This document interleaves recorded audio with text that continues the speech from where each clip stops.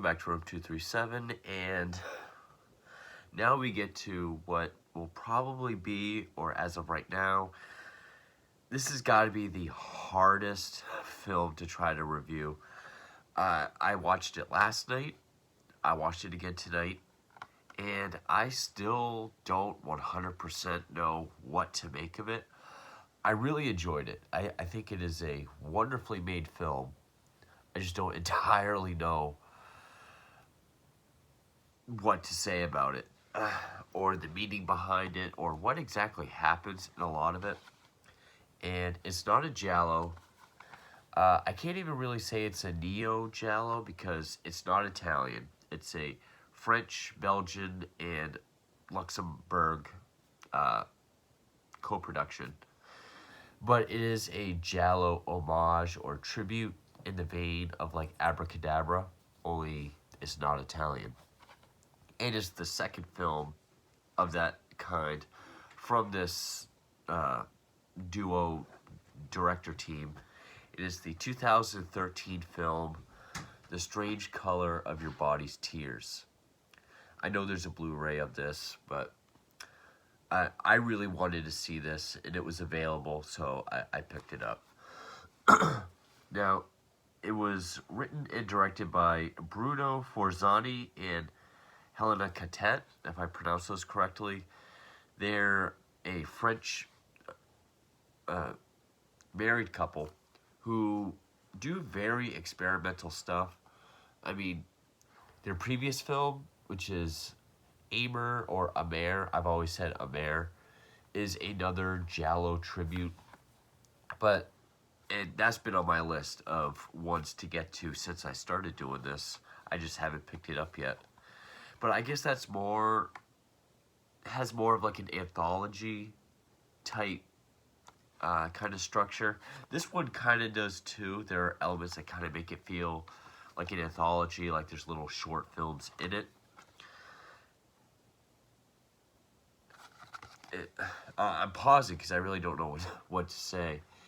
But yeah, this movie is the absolute epitome of style and artistic, experimental. I've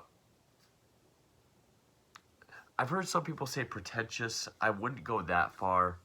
I would say movies like, I found Midsummer pretentious. I wasn't the biggest fan of that film outside the cinematography. Even though I liked Darren Aronofsky's Mother, I'd say that was pretentious. When you really get into like metaphors and deeper meanings, and it becomes self-indulgent in that aspect, then I tend to call it pretentious. This is just experimenting with, and also, paying homage to Giallo, so it's going to be very visual and, stylish. That, I give it credit for just how all out this movie goes with different types of editing and colors, and I mean, take the kind of color palette and scheme and style of like Dario Argento with some of the editing of like Brian De Palma, all the way from like Brian De Palma to Darren Aronofsky, like Requiem for a Dream. It's not built around one metaphor or another. Like a lot of people call Begotten pretentious. I love Begotten. This is, as far as just editing and style like that goes, this is one of the most I've ever seen, and I really enjoyed it. I just can't 100% say what happened. I think a lot of it is open to interpretation. But, so I still need to see Amer. They also directed a segment called O is for Orgasm for the first ABCs of Death. And it stars Klaus Tage, Ursula Medina, Joe Coder, along with, I do know that, who else? was Joe Coder the one that was in A Mare? I know that the main character of A Mare is in this as well. I just want to see before I... Okay, it's not even telling me. But anyway. But it's also, narratively, it reminded me a lot of, like, a Roman Polanski film, say, Repulsion or The Tenant, which both of those I reviewed. I love Repulsion, which in and of itself, also Rosemary's Baby, which All the Colors of the Dark and many Giallo was inspired by. So this also has a lot of All the Colors of the Dark kind of style, but also just the kind of movie it is, like someone really going crazy, really limited to this one building, this one apartment or apartment building. The music was... I don't even think anyone was credited for the music, because a lot of... It takes a lot of cues from So Deadly, So Perverse, or is it So Deadly, So Perverse, or So Sweet, So Perverse? And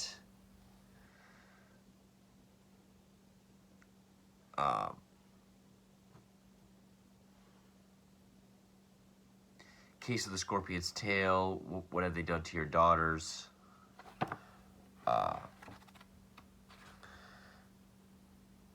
So Sweet, So Perverse, All Colors of the Dark, and Killer Nun.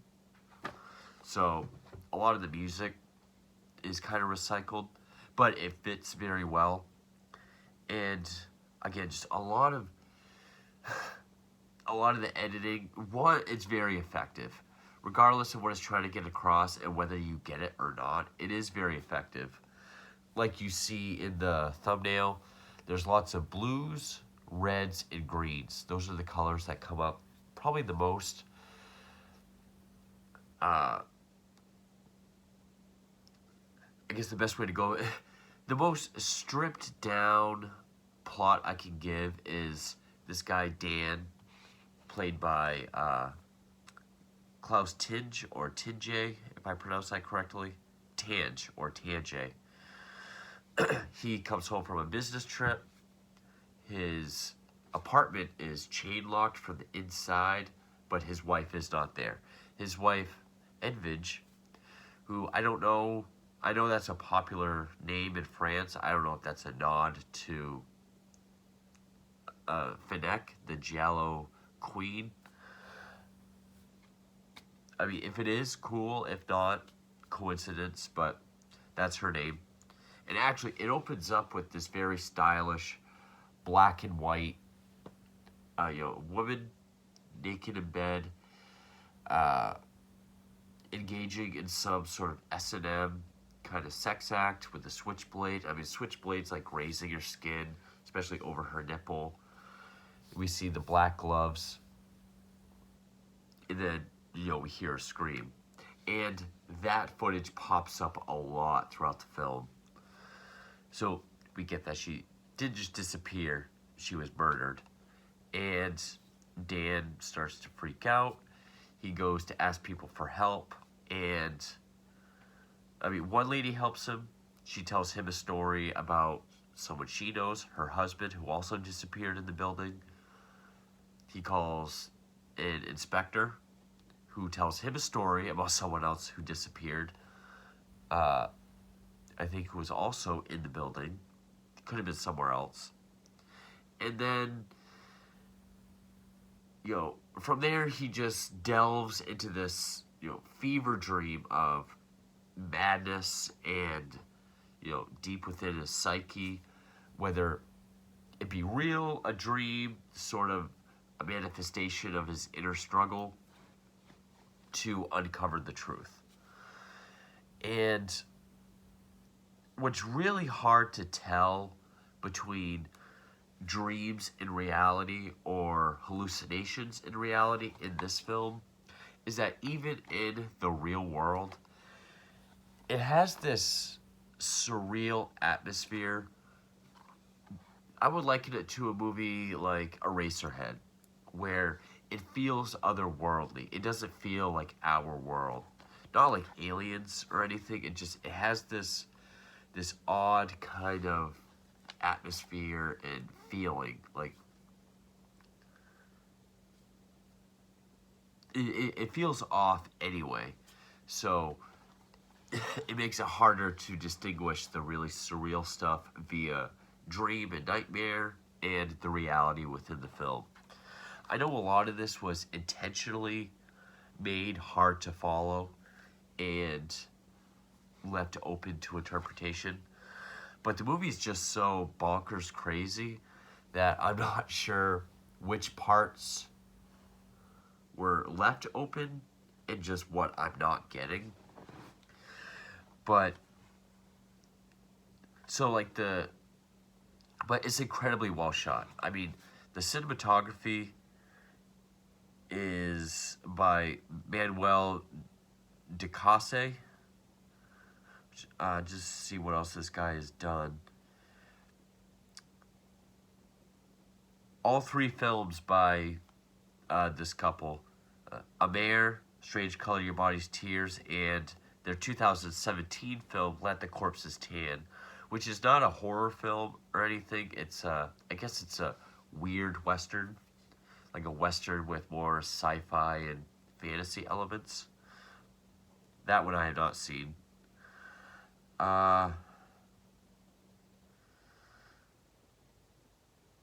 Nothing else that I'm familiar with, but the cinema. This is a beautiful film to look at, especially when it gets really creative with its editing and shots. It's always wonderful to look at, and the lead Klaus Tange. There are some angles where he looks like Willem Dafoe. There's some angles where he looks like Hugh Laurie.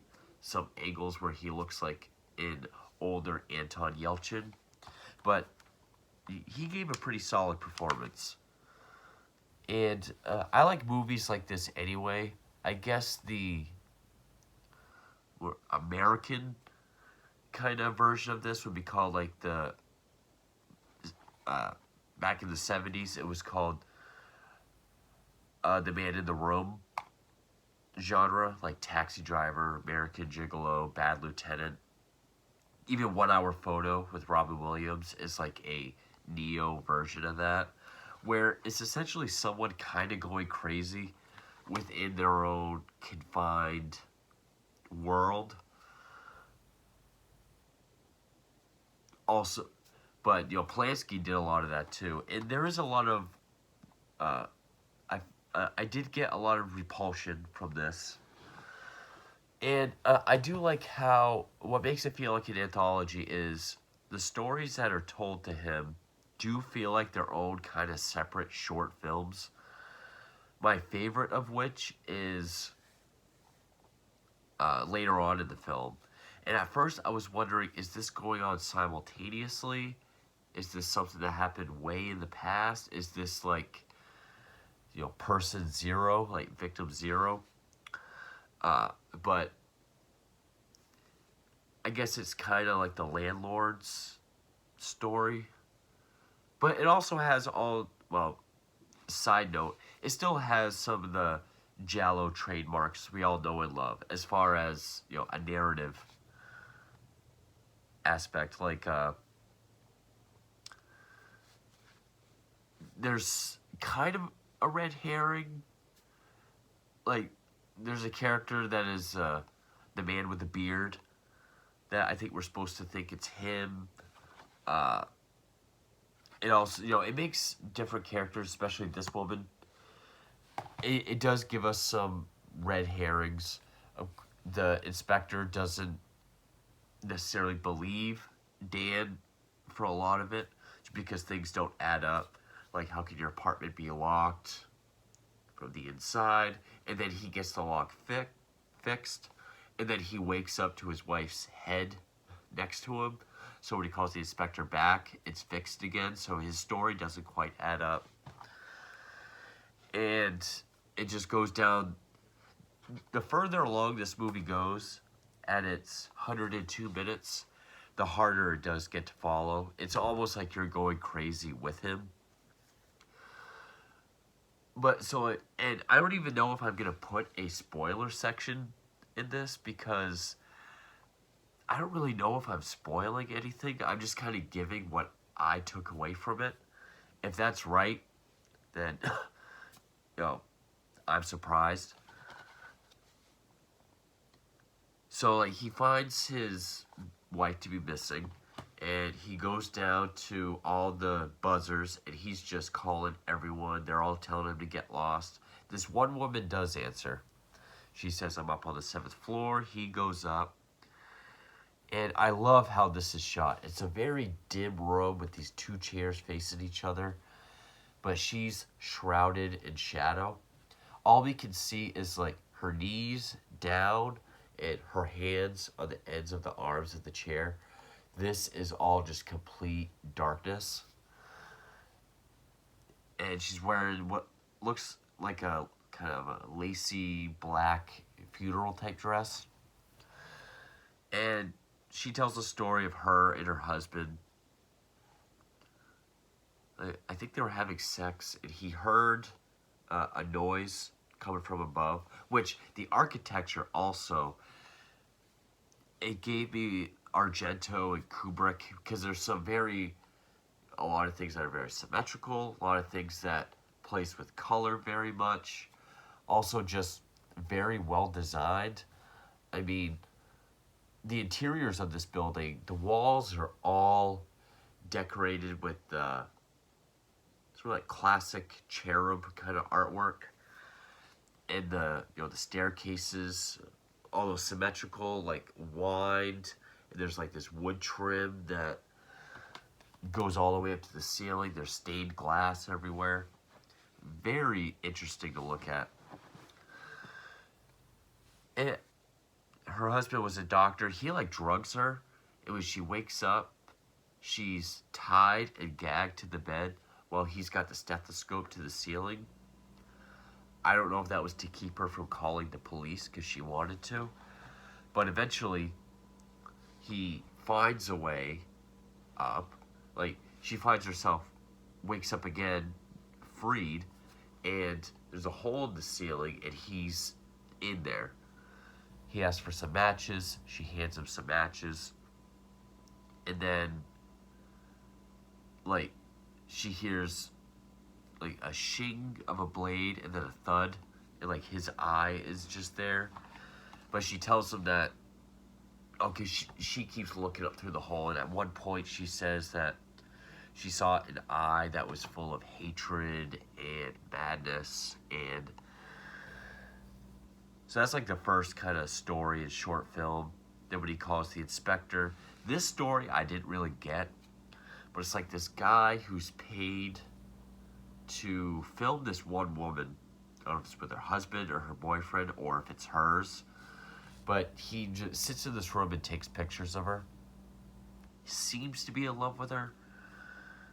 And, she has these 3 rings, each one with a different color gem. Red, blue, and green. Or with her, it was green, blue. There was one other one. Was it yellow or brown? Because it looked more natural than red. Her eyes change according to that. And, like, he wants to get out of it, but the guy keeps making him do it. And he's followed by a woman in a red dress. And eventually the woman in the red dress kills him. Like, there's a part where it's insinuated that this woman is blowing.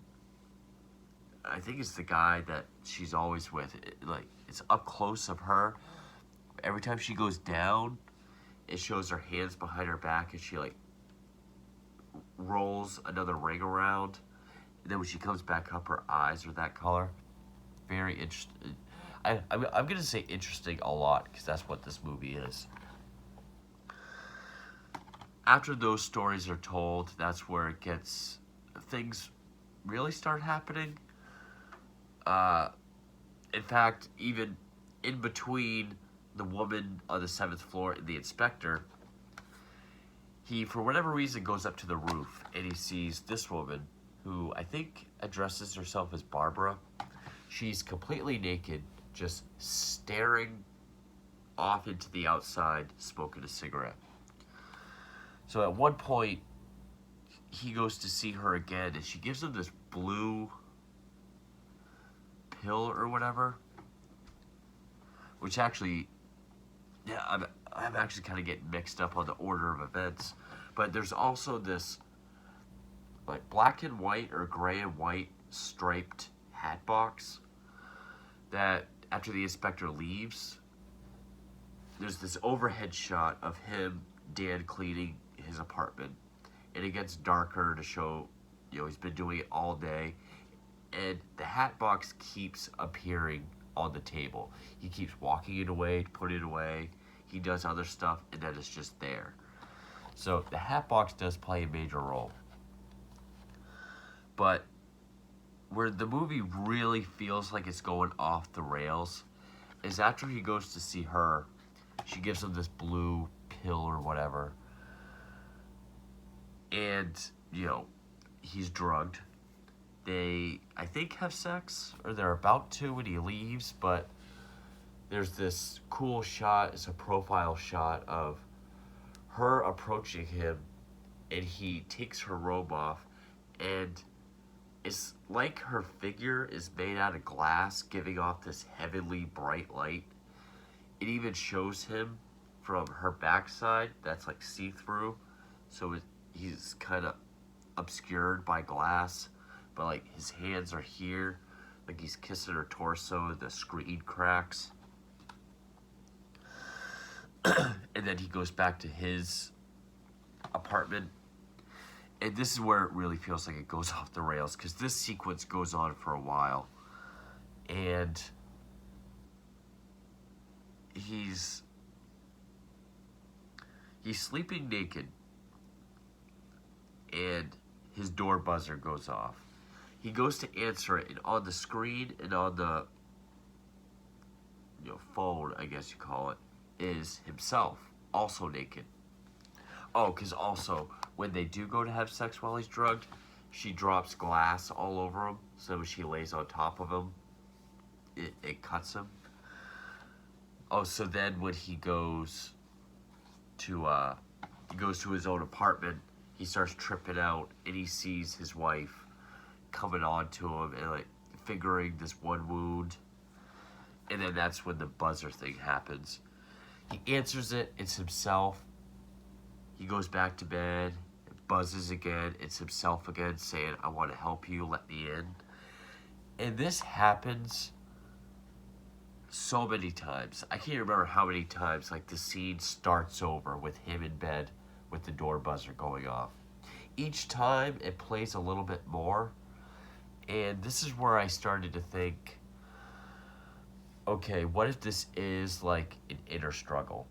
Because in the hat box, he finds this reel, and he plays it, and it talks about getting rid of Dan. It's a male voice. Getting rid of Dan. I can't stand him. This despicable man. So I'm thinking, okay, what if he's, different personalities or different sides to him, and one is this very dark side, and it's starting to come to the surface, and there's going to be this inner battle. That's kind of what I thought was going on, especially since it keeps building up to that point where one of him is green, then another one of him is red, and when it shows up close, there's a lot of shots that are like just this. The green is very sinister and intense. Red is more neutral or worried, and it goes back and forth so much that it's like red and green to the point where you're seeing them at the same time. It's like looking through 3D glasses. And I mean, there's a part where like the green is getting cut. also because we see in red the hands of the gloved killer taking out the straight razor. And it's like the green version of him. Oh, because also there's the theory that there's 3 Dans. Because during one of those sequences with the buzzer, he sees a naked version of another version of himself outside. And this is where we see the red and the green, different versions. And the one from outside gets killed. So then it happens again with the buzzer. And then there's this other battle where, I think it's like the third one comes in, is going to go after him. But it's done in this up close. The red and the green is flashing, almost giving you a seizure. And like, you see the green getting cut up, and you see like hands under the skin coming up, like almost like he's trying to strangle him. It looks like a hand coming through the skin with the razor blade. Again, almost like that side of him wants to come out. And it's like he covers this, and we see blood trickling. And when he removes it, it's like just his face, like the ending to Jeepers Creepers. You can see through his eye holes. And so then the red version comes up, and you see his eyes beneath the green. And then we see his POV looking through just like that face, looking at like the green hands and holding the straight razor.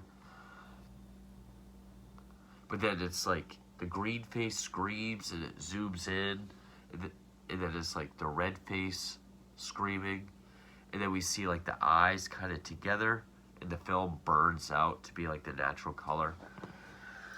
It's a crazy sequence. And he's being interrogated about, how did your wife's head get here? He believes him. I mean, at first he doesn't, but... Oh, and he says that there's a man with a beard who was in my apartment. Oh, because at one point he's standing in his apartment, and he could tell there's a shadowy figure behind him. So he like runs out, grabs the landlord, says there's someone in here. Go in, there's no one there. The landlord tells him, there's bottles everywhere. Everyone's complaining about him. So then I started thinking like, okay, does he go on benders or get drunk? And then that sort of blackout is when the other personality comes out.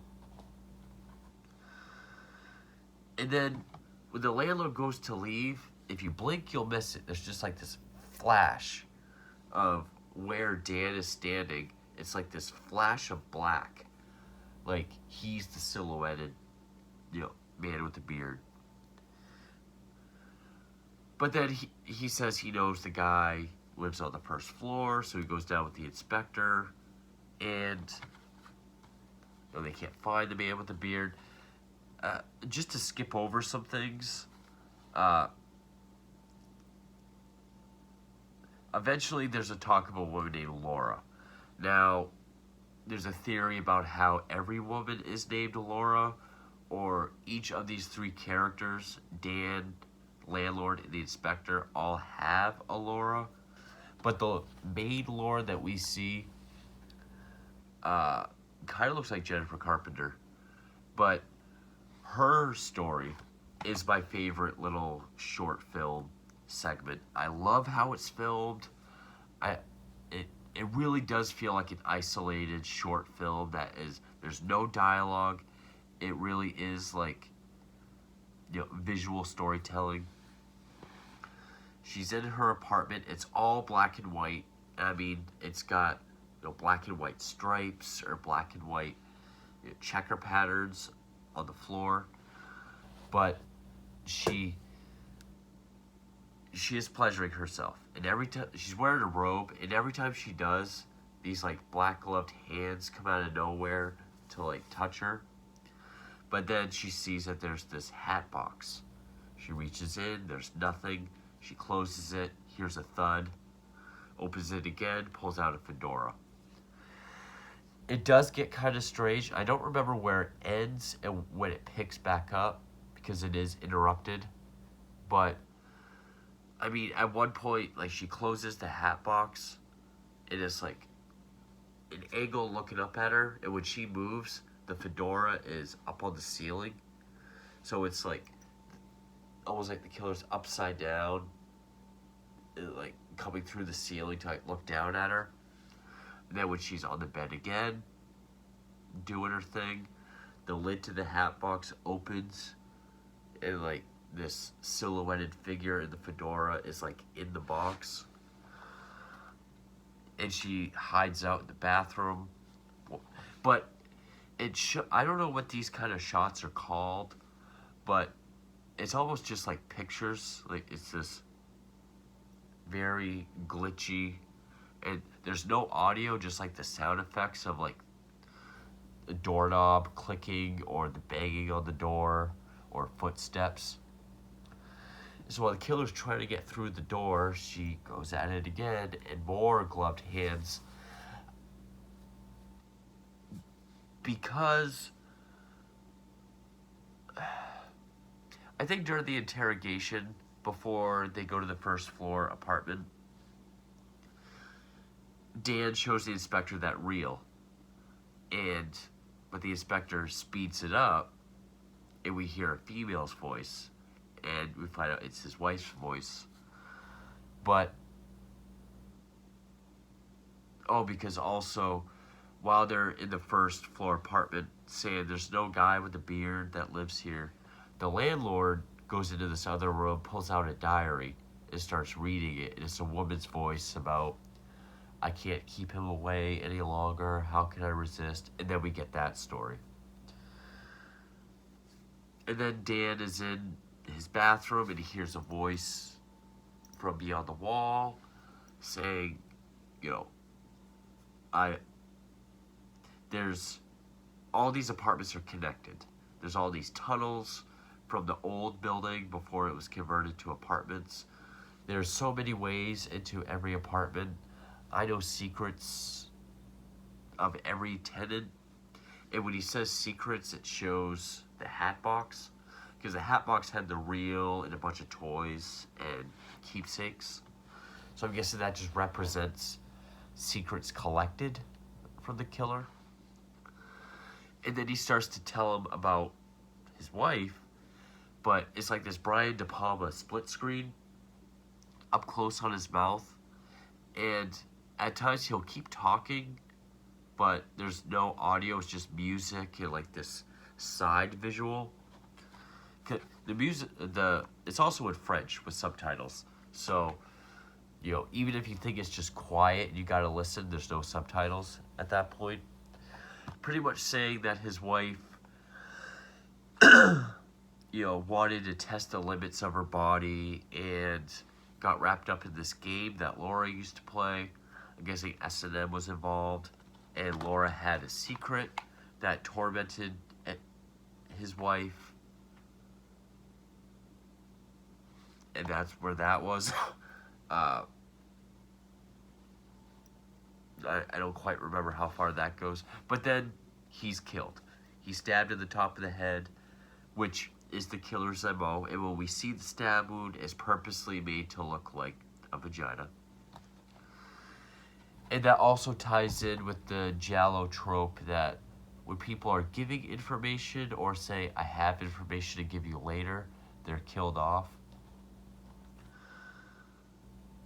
And so Dan decides to, he calls the inspector, who says the man with the beard's behind the wall. That was the man with the beard. He breaks the wall, and also there's this. Well, no, because that has to happen first. He breaks through the wall. It's this dark tunnel, and he finds this red door, this bright red door, with the sevens upside down. He opens it. It is this bright, like heavenly lit room, with like this young teenage girl who turns around and looks at this young boy, and then he shuts the door and he walks away. There's bloody footprints. And then like out in the lobby, there's these flowers waiting for him, and I guess the flowers are from that girl. Oh, because the landlord goes to talk to him again after that, and he asks him about Laura. And the landlord says, I knew a Laura. I don't know if she's still alive. Again, this is where it starts getting really abstract and weird. But, okay, the inspector is I think he's in her apartment. She's sleeping naked. He's taking pictures of her. Then his phone goes off, so he has to run. And basically, God, I'm trying to remember. And then we see more of Laura's story. Like, we see him reading the diary some more. The landlord, that is. And while she's pleasuring herself, the gloved hands that are touching her have now, there's 3 Giallo killers. Fedora, trench coat, gloved guys standing in the bathroom with her. Profile shot of one taken out. You know, it's like a straight razor. The other one's a rope. The other one's an axe. And they all go out and kill the one banging on the door for her. But even then, she's killed. Because after that, I think she goes up to her own door. And we see the killer from the ceiling come down, stab her at the top of the head. She falls. That's when we zoom in on her wound, which looks more like a vagina. But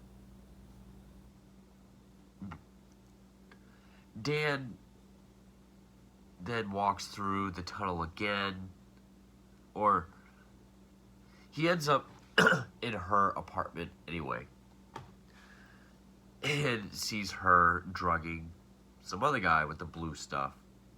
And I think it's the landlord, actually.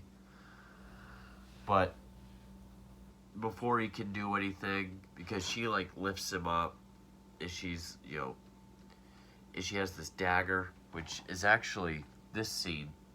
It looks like she's gonna come down on top of him. And that's when the inspector comes up from behind him and shoots her. I love this shot. Just black backdrop. It's like this slow motion, like with her hair coming up, and just slow motion blood everywhere. As someone who loves blood spatter, that's one of my favorite shots of the film. So I think at that point we're supposed to believe that she's the killer, that she was involved with, you know, Laura and Edwidge, and but then it shows because Dan goes back to his hat box, and the reel was wrapped in this white paper with a drawing that looks like a painting in one of the rooms, and on the back of it is a 7. He thought it was a 7. He turns it around and it's L for Laura, supposedly, because that's what the red door behind, you know, the hidden red door is. It's L. But as he's doing that, you know, it's this triple split screen. The inspector looking at the nude photos on his phone that he had just taken, and the landlord looking at this photo album of the black and white story, Laura. So it's like they all have their own Laura, I guess. But it shows Dan going in that room again. Only this time, when it shows the teenage girl approaching the young boy, that's when it harsh cuts to Dan's face and the shing, and blood trickling down. And then I think the inspector goes up, and I just got done watching this too. I've been trying to analyze everything else so much that I'm forgetting key points, but he finds the hidden room, and I mean, we see there's a bunch of different hat boxes, and he goes and opens them. One he has to like shut because it smells so bad. Maggots are coming out of another. But He also opens this drawer where he finds the diary that the landlord's been reading, but when he flips through it, it's blank. There's no words. So I'm guessing the landlord, either that's another part of his personality, or this is something that, you know, whoever he's obsessed with, the things he's heard her say. But there's this photo album, you know, that has, like, it's got the big, like, handcrafted title Laura on the cover. He opens it, there's this young girl. Next photo is the black and white story, Laura. Then is Dan's wife, Edwidge. And, you know, he flips through every page is a picture of a different woman. So I was thinking, what I got from it is he has a killer. You know, the landlord is the killer. And, you know, he becomes sort of obsessed, you know, kind of like a Norman Bates kind of scenario. Or Norman's not really obsessed, but every victim, every woman that he goes to kill kind of represents to him this first Laura, or the only Laura. And so he keeps a picture of her. And so every woman he's killed is like Laura to him. And then he hears this noise, he shoots in a mirror, some blood comes out, and it's like this mirrored cabinet. Dan's body falls out, and he sees the top of his head, has the vagina stab. And so it's this profile shot of him, like, scared, and then we hear the crunching and stabbing sound as we see the blade come out his mouth. And then, and it ends with, again, the bright, heavenly room with the L room. Only now it's a different young girl and a different young boy. Oh, because also when the inspector did that, it was a different young girl and a different young boy for him. I'm guessing his shows him looking at a porno magazine, and the girl is there, I guess, slaps that in his hand. But then after this, it shows another sequence in that room with a different young girl and young boy. Only the camera pans down because the girl's wearing this dress that when Edwidge gets stabbed, her blood, you know, spats onto this doll's dress on the floor. It's the same dress that this girl's wearing. And it pans down and we see, you know, we see the boy kind of standing in the area between her legs, but in the background, like looking at her. And we see trickling down her leg is red, like she got her first period. Which I'm guessing is where the title, The Strange Color of Your Body's Tears, comes from. Might have been the first time he discovered stuff like that. And then that's where it ends. There's also the part where I'm guessing the woman that was supposed to be the one for Dan when he opens that door is this woman named Dora, who we see him talking to on the phone earlier. But she shows up at one point, like he gets these flowers that say sorry for your loss. It is this obsessed ex-girlfriend. He says we broke up like 20 years ago, so I'm guessing she represents, or she is the girl, the grown-up when he walked through there. So yeah, I think the landlord was the killer. Every girl he kills is Laura. But the journey we get there is, you know, I thought many different things throughout this. I don't know what's open to interpretation. I don't know how much there is something there and I got wrong. But as far as like the repulsion, all colors of the dark aspect, it did feel like a guy sort of going crazy, having this inner struggle with his own psyche in his apartment. I really enjoyed this movie, and it is incredibly stylish. I can see why people would call it pretentious. I don't think it is. is paying tribute to a very visually stylish genre anyway. Is it kicked up a notch? Yes, a couple. But what it does with its editing, its blend of different kinds of cuts and angles and shots and colors and music. I mean, this really is like watching a rapid fire dream almost. This whole thing is, it is I agree with RogerEbert.com, a chilly, dizzying trip, mesmerizing and visceral. This whole movie does feel like a trip. I definitely see the Giallo influence on it, whether it be Argento's colors and some of the camera angles, or definitely all the familiar tropes throughout, like the different red herrings.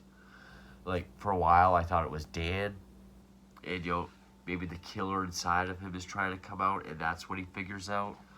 Then I thought it was going to be her, who seems to be kind of like this nympho who likes to bring out the darker sexual desires out of people, and maybe his wife got mixed up with her. But in the end, I think it was the landlord who, for whatever his past was, with that girl who got her period, if that was it, just every one of his victims is a Laura, and he puts them in the photo album. I mean, I could go on all day about different shots and different styles and techniques that were used in this, but this is already over 45 minutes. And this video would be long as hell if I did that, so I'm not going to do that, but it's an acquired taste. It's not for everyone. I know people, if they can't follow something, they hate it, but just to see how crazy a movie can get, just how experimental, and not just with metaphors like mother or begotten, but like with editing and filters and stuff like that. This is about as crazy as you can get. And whether it be something experimental or like extreme horror, France really knows what to do. I mean, I think Martyrs is overrated, but I really liked Inside. Look at the films like Gaspar Noé, because this kind of reminded me of Irreversible. This kind of did what Irreversible did, was it can take some harsh subject matter, but the way it's shown and the way it's presented, you're very out of the norm. It's quite amazing to watch. Irreversible.